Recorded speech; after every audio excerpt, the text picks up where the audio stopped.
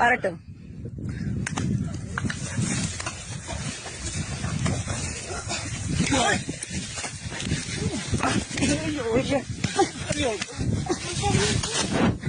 So இப்போ இந்த video நீங்கள் பார்த்த மாதிரி யாராவது மேலே இருந்து உங்களை வெட்ட வராங்க அப்படின்னும் போது என்ன பண்ண சொல்கிறேன் பாருங்க.